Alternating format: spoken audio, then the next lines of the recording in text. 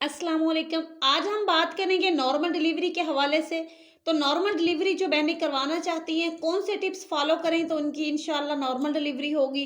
सबसे पहली चीज़ आती है आपकी बॉडी की कैल्शियम प्रोटीन्स।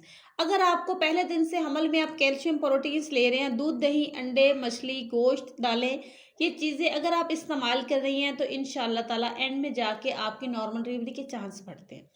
इसके साथ आपने लेना होता है आयरन और फोलिक एसिड वाली सब्जियां इस्तेमाल कर लें। फ्रूट इस्तेमाल करना होता है डेली की बुनियाद पर। ये कोई ऐसी गेम नहीं है कि आयरन के 9वें महीने में आपको कोई जादू की छड़ी पकड़ाई जाए या आपके ऊपर जादू की छड़ी फेरी जाए और आप नॉर्मल डिलीवरी कर लेंगी, ऐसे नहीं होता। नॉर्मल डिलीवरी का ताल्लुक शुरू से होता है। अगर माएँ अपने बच्चों को शादी से पहले से ही उनकी खुराक मेंटेन रखें, बच्चियों की खास तौर पर जैसे जब से उनको पीरियड स्टार्ट होते हैं तो उनको तब से ही अच्छी डाइट की ज़रूरत है, एक्टिविटीज़ की ज़रूरत है। एक अच्छी लड़की अगर परवरिश करती है तो वो 4-5 बच्चे पैदा कर भी लेगी तो उसको पता ही नहीं चलेगा कि बच्चे पैदा किए हैं या नहीं।